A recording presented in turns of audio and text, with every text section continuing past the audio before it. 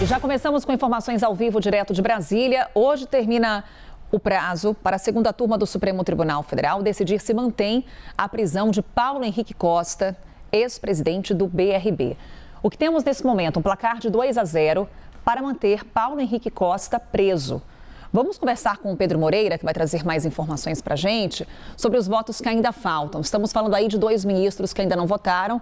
O decano da Suprema Corte, ministro Gilmar Mendes, e também o ministro Cássio Nunes Marques. Conta pra gente, Pedro, do placar que temos até aqui, como se deu a fundamentação dos votos dos ministros e um pouco, claro, da expectativa para o dia. Mais uma vez, bom dia para você nesse começo de sexta-feira belíssimo aí na capital federal. Olá, Carol. Bom dia para você também. Ótimo começo de sexta-feira para quem está com a gente. Carol, a sessão no plenário virtual está marcada para se encerrar às 11h59 da noite de hoje. É o período máximo, o tempo máximo que os ministros têm para depositar ali os seus votos. O julgamento começou na última quarta-feira, depois do feriado, no dia 22, com o voto do ministro André Mendonça, ele que era o autor, da decisão da prisão. Então ele manteve a sua decisão, votou pela continuidade da prisão, tanto de Paulo Henrique Costa quanto do advogado Daniel Monteiro. E depois a gente teve, mais uma vez, o ministro Dias Toffoli se declarando suspeito, assim como ele tem feito com os julgamentos referentes ao Banco Master, depois que ele deixou a relatoria em fevereiro. E depois tivemos o ministro Luiz Fux, então acompanhando o relator pela manutenção das prisões. Então, no momento, nós temos esse placar de 2-0. E, como você disse, faltando os votos de 2 ministros. A segunda turma que analisa essa questão é formada por 5 ministros, além de André Mendonça, Dias Toffoli e Luiz Fux, que já se pronunciaram sobre esse julgamento.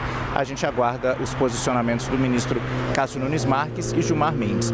O ministro Cássio Nunes Marques, na última votação referente à questão do Master, quando os ministros precisaram votar se mantinham ou não a prisão de Daniel Vorcaro, Nunes Marques votou 50 minutos depois da abertura da sessão. Isso foi em março e ele acompanhou o relator pela manutenção da prisão preventiva do banqueiro, dono do Master. Já o ministro Gilmar Mendes, em março, na ocasião do julgamento da prisão de Vorcaro, deixou para votar no último dia, no último instante, um julgamento que naquela ocasião durou mais tempo, durou uma semana, e Gilmar Mendes deixou para fazer isso na última oportunidade, também seguindo o relator. Com isso a gente teve, em março, aquele placar de unanimidade, já que Dias Toffoli também não participou, então nós tivemos 4-0 pela manutenção das prisões. Então a gente observa que o ministro Nunes Marques, dessa vez, está levando um pouco de mais tempo para decidir sobre essa questão, ou pelo menos para inserir o voto dele no sistema do Supremo Tribunal Federal.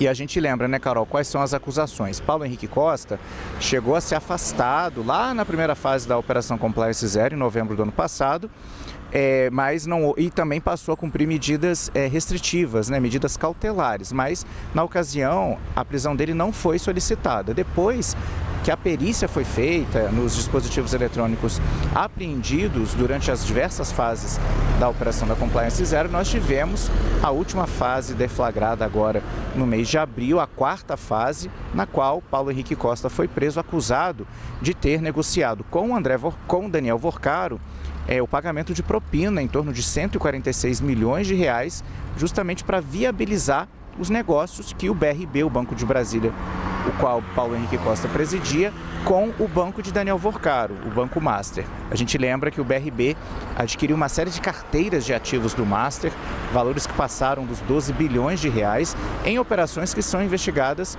com indícios de fraudes. O BRB não seguiu todos os pré-requisitos necessários de segurança para fazer aquela operação. E a Polícia Federal entendeu que Paulo Henrique Costa atuou ativamente para viabilizar essas operações fraudulentas em troca de vantagens indevidas.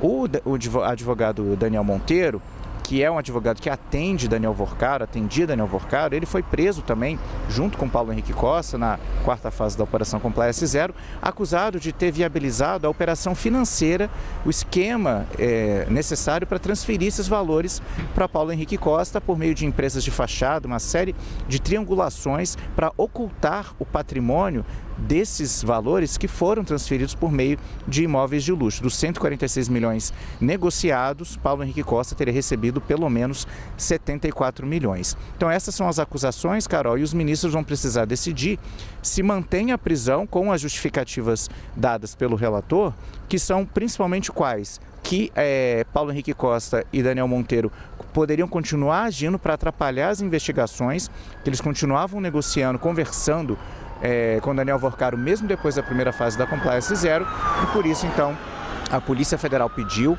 a Procuradoria-Geral da República deu um parecer favorável a essas prisões e agora os ministros decidem se mantém ou não. Carol.